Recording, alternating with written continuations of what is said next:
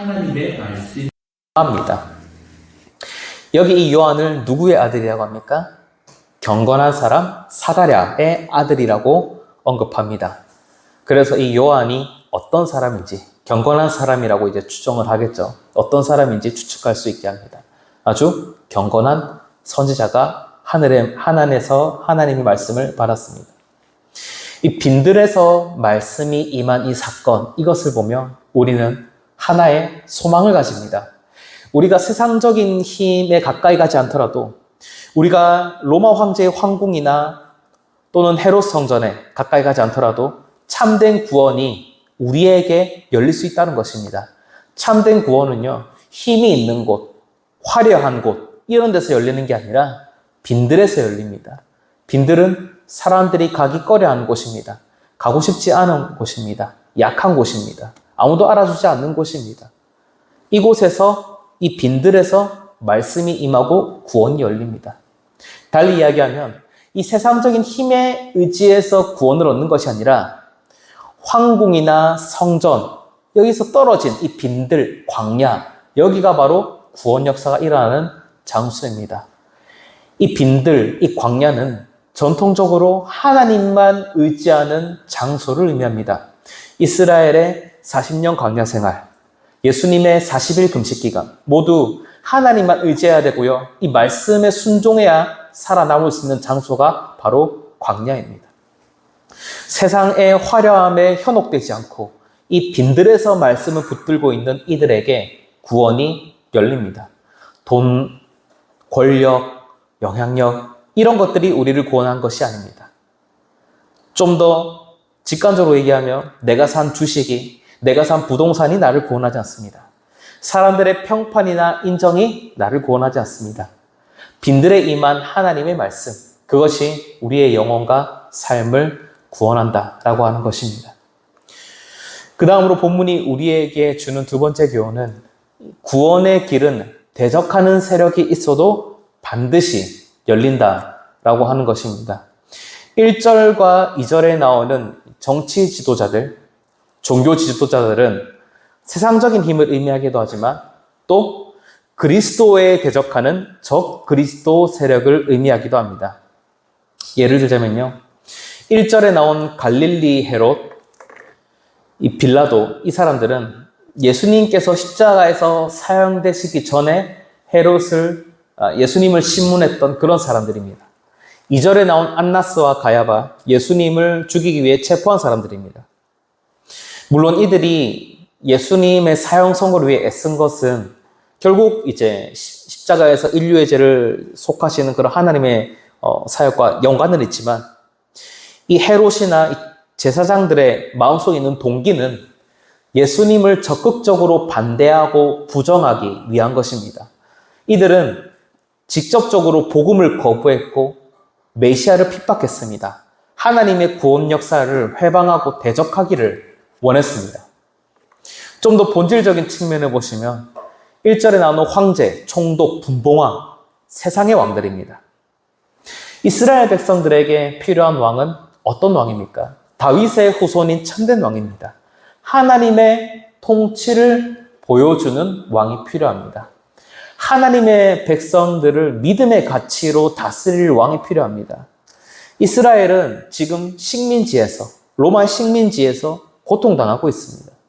구약시대에 바벨론에서 포로 생활하듯 지금도 세상의 왕에게 탄압받는 삶을 살고 있습니다. 그래서 우리가 이 본문을 읽고 던질 수 있는 질문은, 이 촘촘하고 강력한 권력이 메시아의 오심을 방해하고 있고 하나님 나라를 반대하고 있는데 과연 그 백성을 구해낼 수 있을까? 그 백성의 구원이 임할까? 라는 질문입니다. 세상의 왕은 메시아가 들어올 자리를 결코 내어주지 않을 것입니다. 마치 출애굽기에 나온 바로처럼 하나님의 백성을 풀어주지 않으려 할 것입니다. 세상 나라, 세상의 왕들은 격렬하게 저항하고 또 반대할 것입니다. 메시아가 왕좌에 앉지 못하도록, 하나님의 나라가 이루어지지 못하도록 이 세상의 권력은 계속 방해하고 온갖 몸부림을 다칠 것입니다. 대제사장들도 마찬가지입니다. 돌로 지은 성전 안에 백성들을 딱 묶어놓고 풀어주지 않을 것입니다.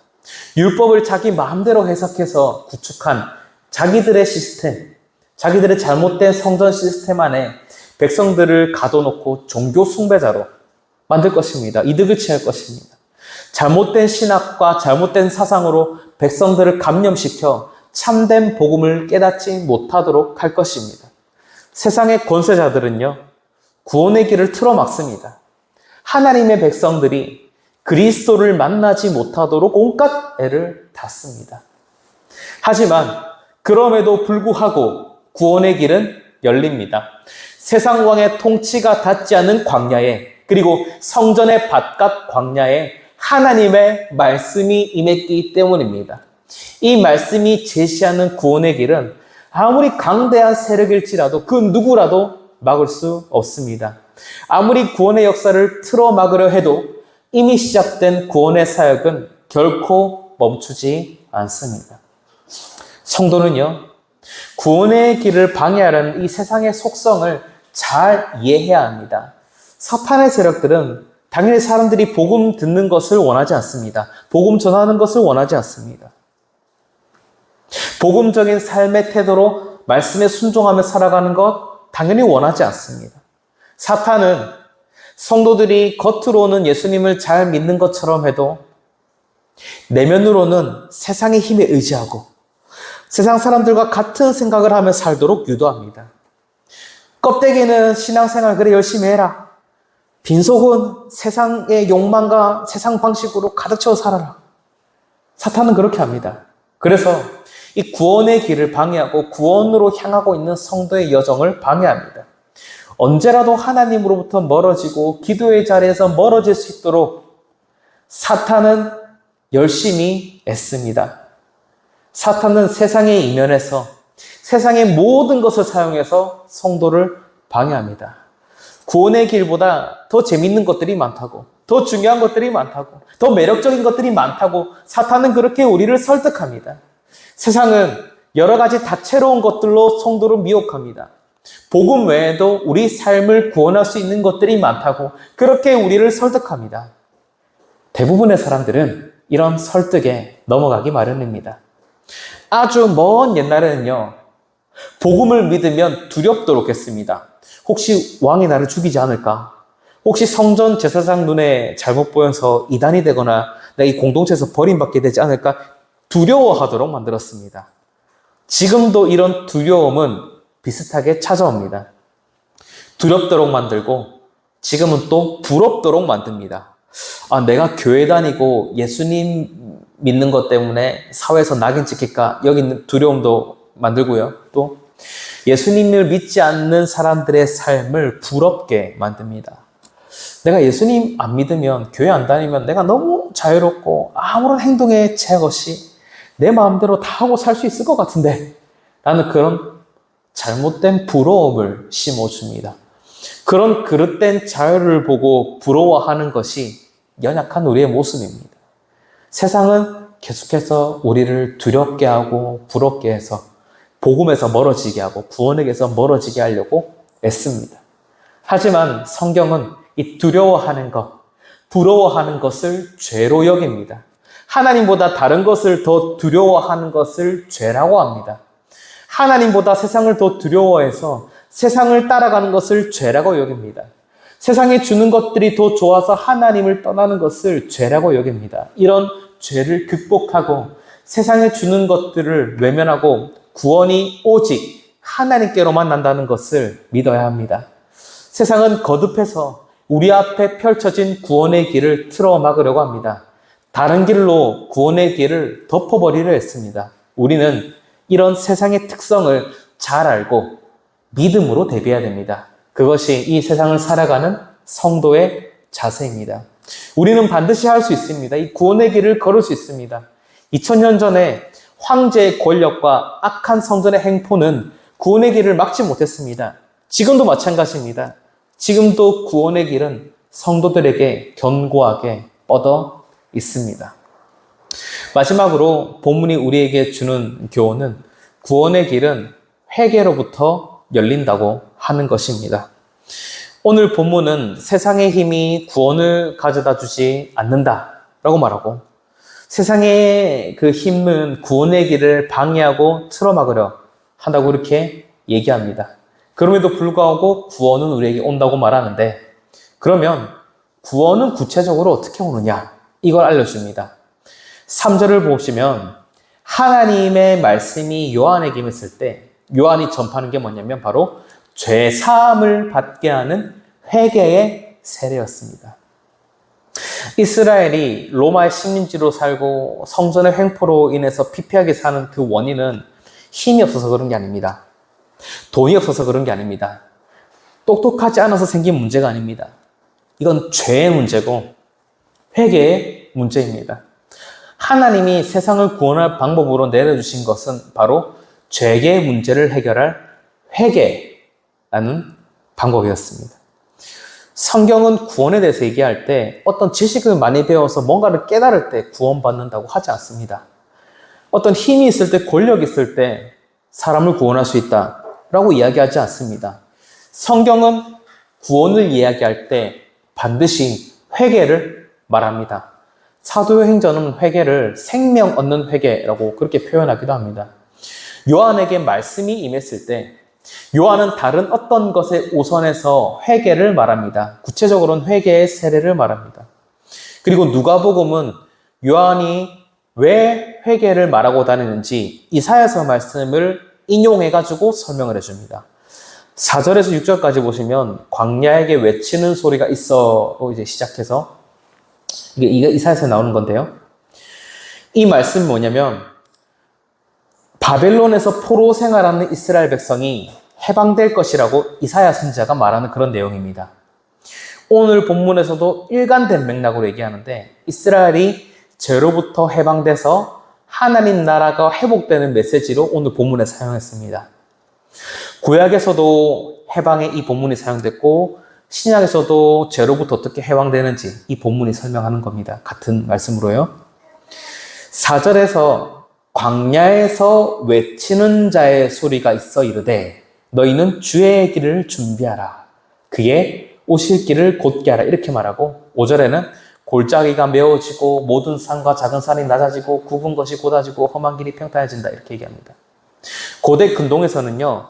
왕이 먼 길을 갈 때 선발대가 먼저 가서 왕이 가는 길을 미리 정비한다고 합니다. 외치는 자가 소리를 치는데요. 왕이 지나갑니다. 길을 정비하시오. 라고 이렇게 외치는 자가 외칩니다. 그러면 바위를 치우고 거친 길을 골라내고 도로를 정비하는 것입니다. 왕이 오기 전에. 이런 문화적인 배경에서 오늘 본문을 봐야 합니다. 요한은 회개의 세례를 전파하고 있습니다. 이 작업은 마치 참된 왕이신 예수 그리스도가 올 때 그 길을 정비하여 준비하는 것과 같습니다. 요한이 소리를 칩니다. 왕이 오시니까 오실 길을 정비하라고 합니다. 산을 깎으라 합니다. 골짜기를 메우라 합니다. 우리의 완악한 마음을 깎아내고 절망의 깊이를 소망으로 메우라고 소리칩니다. 다른 복음서에 보면 회개하라 천국이 가까웠느니라 이렇게 외치지 않습니까? 그러니까 하나님 나라의 왕이신 그리스도께서 오시니까 우리 죄성을 깎아내고 우리 죄악을 치워서 예수 그리스도께서 오실 길을 예비해야 합니다. 죄성을 깎아내는 것, 이게 회개지 않습니까? 이 요한이 소리치는 이 말씀을 들으니까 이 당시 백성들이 가만히 있을 수가 없습니다. 회개하러 옵니다. 왕이 오시니까 내 마음에 있는 산을 깎아내고 골짜기를 메우러 오는 겁니다. 회개합니다. 세례를 받으러 옵니다. 왕이 오시니까 이 외치는 소리에 반응해서 왕에게 헌신할 준비를 합니다. 이 외치는 소리가 없었다면 산을 깎고 골짜기를 메울 그런 생각을 하지 못했을 것입니다. 세례 요한이 외쳤기 때문에 백성들이 이 산을 깎고 골짜기를 메우는 심정으로 지금 회개하고 세례를 받는 것입니다. 회개라는 것은 외치는 자의 소리, 이 소리는 하나님 말씀이죠. 여기로부터 시작됩니다. 이 말씀을 들으면 회개하고 예수 그리스도를 맞이합니다. 예수 그리스도의 나라인 천국을 소유하게 됩니다. 천국이 가까웠기 때문에 회개하는 것입니다. 회개는요, 단순히 우리가 죄책감을 느끼는 것 이상의 의미를 가집니다. 회개는 단순한 죄책감을 느끼는 것이 아닙니다. 회개는 고쳐서 변화되는 것이 회개입니다. 회개에 있어서 죄책감은요, 필수적인 요소인데 충분한 건 아닙니다. 죄가 있으면 누구나 죄책감을 가지지만 무조건 회개의 열매를 맺는 건 아닙니다. 이 죄라는 것은 영향력을 갖고 있기 때문입니다. 회개는 말씀을 통한 성령의 역사로 가능합니다. 하나님의 말씀을 들어야 합니다. 말씀이 우리에게 교훈하는 바를 따르기 위해 기도해야 합니다. 그렇게 하면 조금씩 변화가 생기기 시작합니다. 이 과정을 부단하게 해야 합니다. 외치는 자가 외쳐서 산을 깎고 골짜기를 메우는데 이게 하루아침에 되겠습니까? 내 욕망의 산이 막 이만큼 들어서고 내 절망의 골짜기가 이만큼 파져 있는데 그게 하루 만에 깎아주고 하루 만에 채워지겠습니까? 부단하게 해야 됩니다. 부지런하게 성령의 역사를 의지해야 합니다. 넘어질 수 있죠. 회개하고자 다짐했는데 다시 쓰러질 수 있습니다. 그때 마귀는 속상입니다. 네 같은 인간 회개해봤자 안 바뀌어. 너 그 인생 그냥 그대로 그렇게 사는 거야. 죄나 지으면서. 이렇게 속삭입니다. 나 같은 인간 못 고쳐 쓰고 살던 대로 살아야 한다. 그렇게 속삭입니다. 그 속삭임에 우리가 귀를 막고 다시 말씀의 귀를 기울입니다. 다시 성령께서 주시는 마음을 구해야 합니다. 그러면 조금씩 변화되는 것입니다. 산이 조금씩 깎이고 골짜기가 조금씩 메워지는 것입니다. 광야에 외치는 소리는 지금도 울려 퍼집니다. 예수 그리스도를 맞이하라고, 천국이 가까이 왔다고 지금도 외치고 있습니다.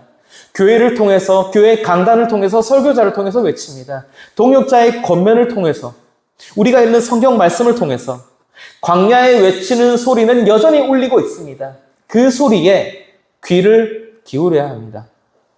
광야에 외치는 소리는요, 너무나 당연하지만 광야에 나갈 때 들을 수 있는 소리입니다. 세상적인 힘과 쾌락이 없는 곳, 오직 하나님만 바라봐야 하는 광야, 40년간의 인내가 있는 광야, 그 광야에서만 이 소리를 들을 수 있습니다. 이 소리에 귀를 기울이며 마음의 변화를 겪어야 우리 삶의 회개의 열매가 맺힙니다. 하나님께서는 그리스도를 만나게 하시려고 우리 삶에 끊임없이 이 외치는 소리를 들려주십니다. 우리는 성령의 능력을 의지해서 이 소리, 이 말씀에 적극적으로 반응해야 합니다. 하나님은 그분의 백성을 단 한 명도 놓치지 않고 이 광야의 소리로 부르시고 구원하실 것입니다. 반드시 회개의 열매를 맺게 하실 것입니다. 설교를 맺겠습니다. 사랑하는 성도님 여러분, 구원의 길은요, 화려한 세상 가운데 있지 않습니다. 세상은 구원의 길을 막 틀어막으려고 합니다. 하지만 구원의 길은 절대 막히지 않습니다. 구원의 길은 회개를 통해서 반드시 우리에게 열립니다. 그 길에 회개의 열매가 있고 삶의 변화가 있습니다. 이번 한 주도 구원의 여정을 계속 걸어가시는데요. 이 기쁨을 누리는 그런 한 주가 되기를 주님의 이름으로 축복합니다. 함께 찬송하도록 하겠습니다.